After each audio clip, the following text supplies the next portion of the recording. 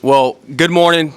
First off, just want to say thanks for coming. It always amazes me. It seems like we get more people in here each and every year, so I appreciate you guys coming out and covering our guys and just our program, and it means a lot to me. Obviously, being alumni here, it's really special to see the exposure we get and just the media presence. So thank you guys for that.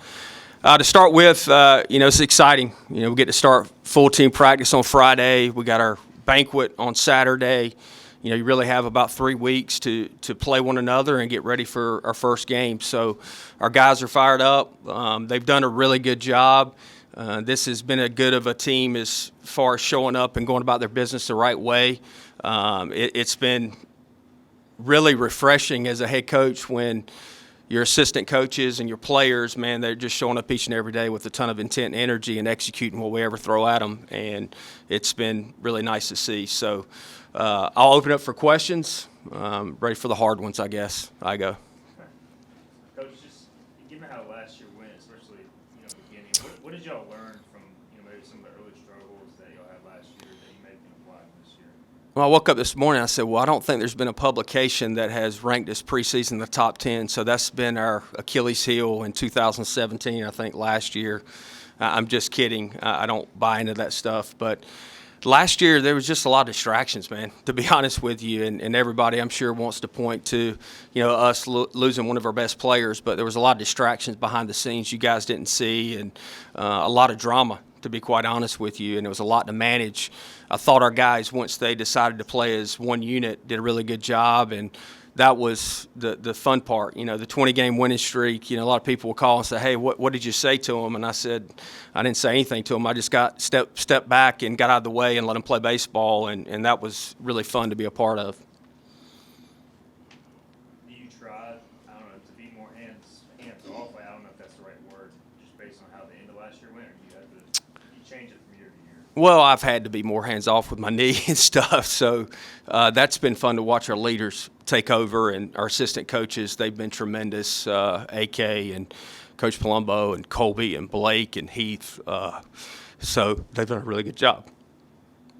Has any of the younger guys maybe stepped into that leadership role from a player side after having some losses? Charlie Hodges did a really good last year behind the scenes. A lot of people didn't see him because he was hurt with Tommy John surgery, but he was pretty much our pitching coach in the bullpen. He's done a really good job, and then you've got the older guys. When you have guys like Carter Spivey, Garrett Saylor, Lane Hoover, guys that have been in your program 5 years, AMAC, Carter Cunningham's done a really good job. It's been really, like I said, is we put stuff down on paper and they go about their business like they're coaches. They hold one another accountable, and really this day and age, that's unheard of because there's so much selfishness out there, and what is it in for me, and how much NIL money am I going to get, and Coach yelled at me yesterday. So that's been the real refreshing part about this team is they've just shown up and gone about their business. I'm sure they've seen the rankings, but nothing has changed since rankings have come out with the way they've approached their day-to-day. So once again, that's really refreshing as a head coach. Last year, late in the season, you said it was the most player-led team you've ever had. Who's the kind of the hardest guy to replace from a leadership standpoint? Do you think this team will be just as player-led as last year? I think it was a collective unit last year. Ben Newton really took upon himself to kind of go over game notes each and every day before we would play a game, and Coach Manor helped out with that. I think this group has taken really it's every team's different, and they've taken on their own mantra, and that's the thing that even back to the fall, they got a 3.62 team GPA, and they just showed up and competed every day at practice, so that was good to see.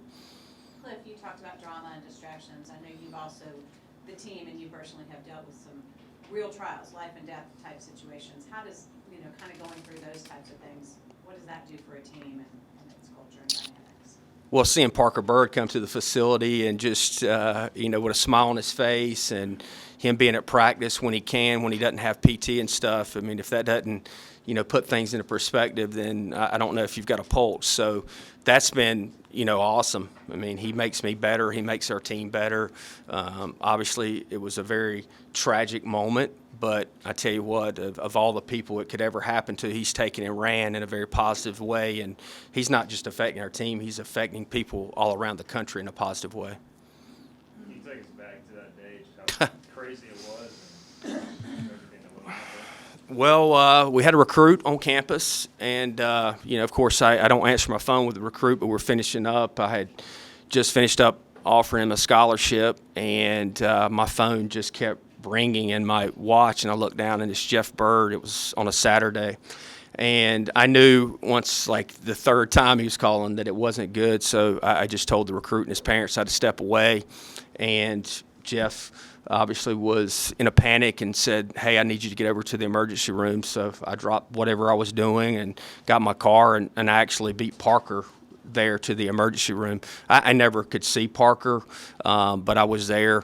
And then the guys that were on the boat and his girlfriend showed up, so I got a chance to spend some time with them until Jeff and Mitzi and the rest of the family showed up.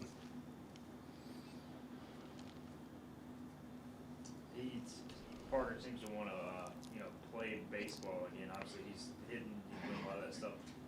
Have you guys talked about a goal like in the future, like for him to potentially try and return to action? No timetable. I think that's something that is tough to put a timetable on. The thing that Jeff and I talked about originally was to make him part-time. So he was a part-time student in the fall. He'll be a part-time student in the spring, so his clock doesn't start for his eligibility. He just got his prosthetic right before Christmas. What a great Christmas present. And it's not something, and probably I was a little bit naive, it's not something that's, hey, when you get a prosthetic, you just put it on and, man, you're going. You got to get that area toughened where you can have the prosthetic on. You got to get those quad muscles strong. So it was a process for him to be able to wear it for the entire day. And then I think once he continues to get that leg strong, I think you probably even get into a probably more dynamic prosthetic. And so all that's a process. But I wouldn't bet against him. I tell people all the time, people say, hey, is he going to be? I wouldn't bet against him. I just see the way he works and the attitude he has. Who are some of the guys that have maybe taken the biggest leap this offseason? I guess from a position player standpoint, starting off with. I look at Carter Cunningham. I think Carter, came in last year and probably put a lot of pressure on himself. He was really good friends with Zach Agnos. He was kind of in Zach's shadow a little bit. This year, he's taken a very professional approach about the way he goes about his business and just trying to be the best version of himself. He's been a really good leader. He's kind of taken Dixon Williams under his wing because they both hit left-handed. He's just been another assistant coach on the field. Hoove is Hoove. JC, we're still trying to get him to take on more leadership roles. Ryan McChrystal and Justin Wilcoxon, I think, have made big jumps as far as being two elite catchers behind the plate. And pitching-wise, Charlie Hodges, he's a wild card for me because he's probably 14, 15 months out of Tommy John. In the fall, he pitched a little bit at the back end, but when it was about a year out, your command's not as good, and we're worried about your arm health. But now he's really coming. I think the sophomore class of pitchers that were freshmen last year, all of those guys have made big jumps. You look at Jake Hunter, Eric Ritchie, Merrick Beaker. I really don't count Trey Savage in that group because he pitched a lot for us, but even him, he's made big jumps into the standpoint that, you possibly could see him as a starter. So that's the one thing about our program, and I give all the credit to our assistant coaches, is they develop guys that are in a program. If the guys are willing to work and stick it out, then they get better. And Coach Knight's done a great job with the pitchers. Coach Palumbo and Coach Bortles have done a great job with position players to develop those guys to, really allow their talents to come to the top. Would you like to see maybe more of an established starting pitching rotation versus kind of the plug and play what you guys did a lot last year? Coach Knight, yeah, we'll get a little more sleep this year, I think, because our pitching depth's a lot better. That's not something, and Coach Knight would tell you this, I tell you this, I'm a traditionalist. I don't like having openers, but last year we had to do what was necessary to give our team a chance to win. And I think, not to give myself credit but we just talked to the pitchers last year about everybody being a closer. And if you can just go out there and throw one inning, then we'll give the ball to somebody else. And it allowed our guys to have confidence and really a selfless attitude, and they didn't really care when they pitched. They knew that a lot of them, if they were healthy, they were going to have a chance to go out there and pitch. So, but yes, I mean, in a perfect world, you'd like to put out a Friday, Saturday, Sunday starting rotation. Cliff, you mentioned earlier about your knee. How did off-season knee surgery go for you? How are you feeling right now, and will you be able to be out there at third base as the season approaches here? Well, and less somebody tackles me, I think I'll be in good shape to coach third base. Yeah, it was a grind. Got my pick line out today, so I actually can bend my arm a little bit better and take a shower without getting saran wrap around my arm, so that's pretty cool. But no, my knee's actually feeling good. It's just the antibiotics make me feel like crap.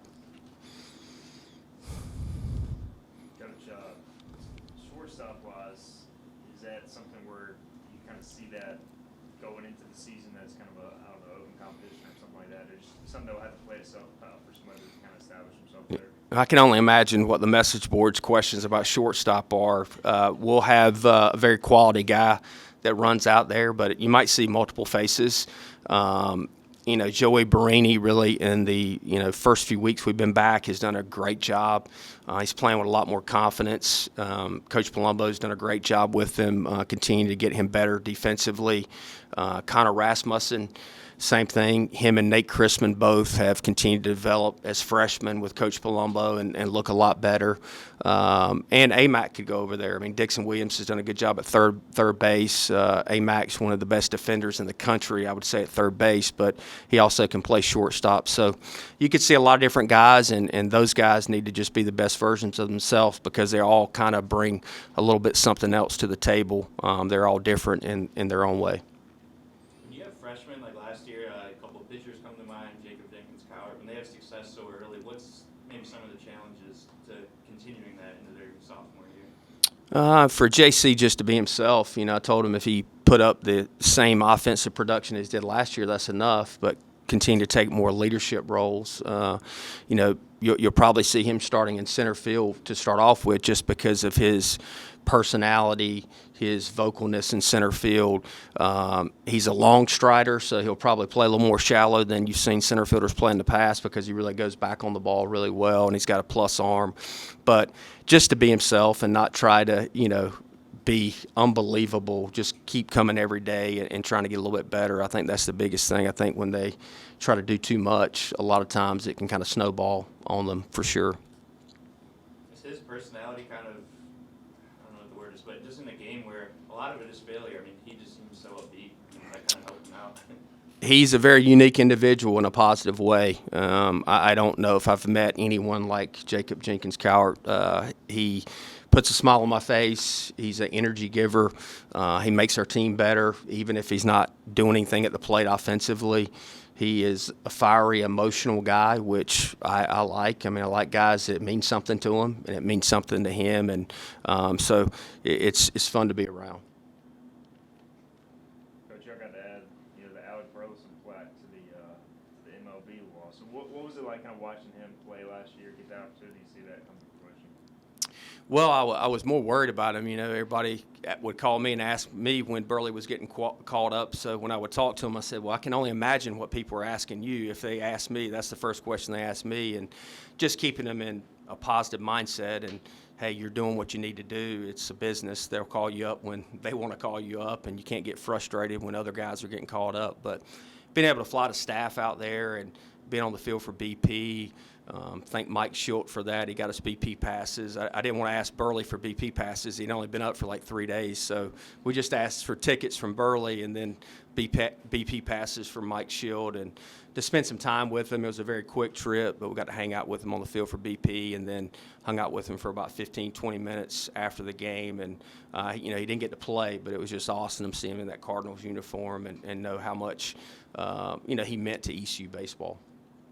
You got a ton of guys in the minors and Norby and Gavin. Clip. Hey, man, good to see you, brother. Great to hear.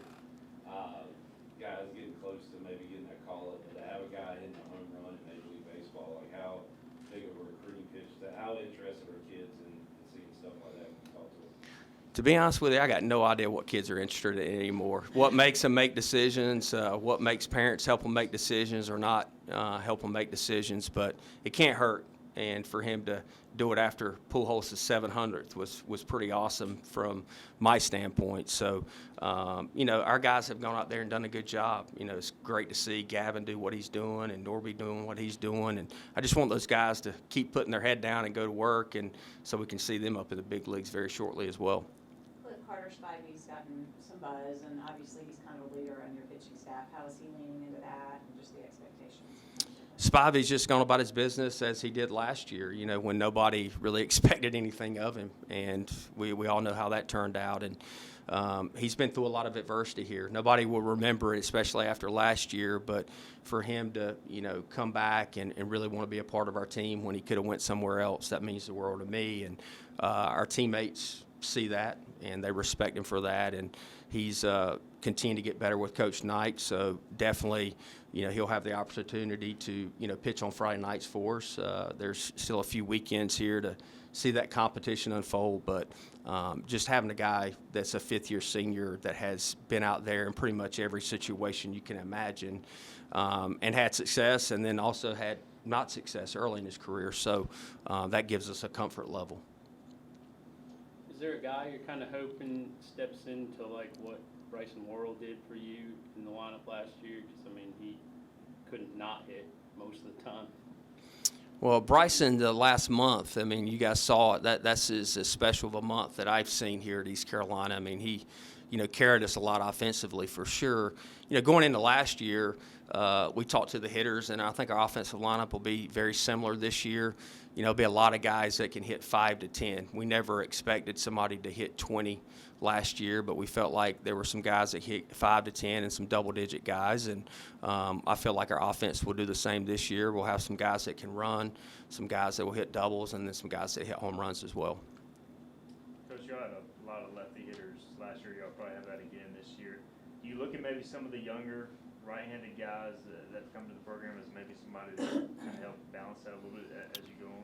I don't know if we're going to be very balanced offensively. We have a lot of left-handed hitters. We'll have more left-handed hitters this year in the lineup than we did last year, at least initially, I feel like. Amac's actually dealing with a little bit of a wrist injury that doesn't allow him to hit right-handed right now, so that puts even more left-handed dominant. But he's good to hit left-handed. He's good to throw. He's good to take ground balls, so that's a positive of it. We just got to see how that wrist reacts as we continue to get closer to the season, but we'll definitely be left-handed dominant. How is Riley Johnson's recovery doing from shoulder surgery last year? Riley's 100% healthy. That was the one thing that in the middle of the season, I just didn't think it was fair to him to be a pinch runner and to play defense for us last year when he couldn't swing the bat at the level that he's capable of. So we got a medical red shirt for him last year, which he could have helped us, but like I said, I didn't think it was fair to him. He's 100% healthy. He's actually had a really good preseason. Luke Nowak, who you saw a little bit in pinch running situations last year, he actually had the same surgery as soon as summer baseball was over that Riley did, and he's 100%. So another guy, he's probably our fastest guy. From home to first, he runs 4 flats down the line, Nowak does. So that gives us another speed option as well. So excited to have both those guys healthy.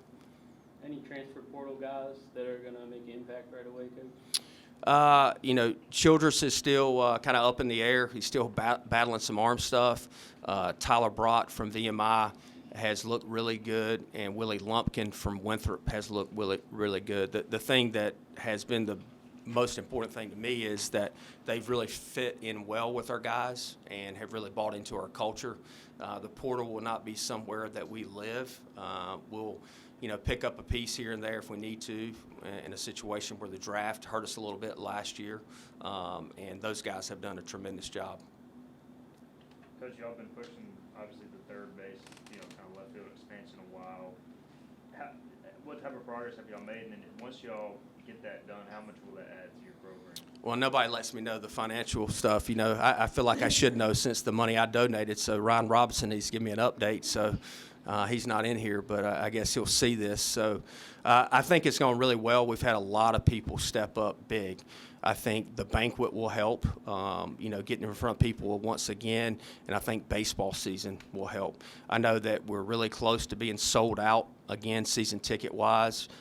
So that's exciting. I appreciate everybody who has bought a season ticket.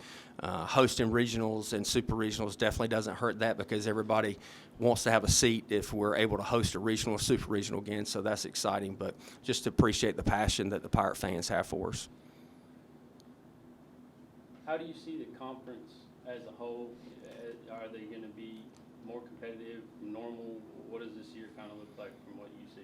I think this day and age is tougher to tell what other guys are going to have because of the portal and, people transferring. And you guys know me. I know it's boring for you guys, but I have no idea. I don't care. I have no idea how good George Washington is, and I know they'll have some good pitching because everybody does. And if we don't play well, we'll get beat. And if we play well, we'll have a good chance to win. I mean, everybody saw that last year with Bryant, so nobody even had heard of Bryant really. And they swept us here at home, and we were preseason top 10. So it's all about us. I mean, that's the way I look at it, and that's the way our guys look at it. There's some rule changes in Major League Baseball with the shift and everything. How about college baseball? Are you aware of any rule changes for this year? Well, the biggest thing, Clip, is no props, no celebratory props. So we can't go put a traffic cone out on the field.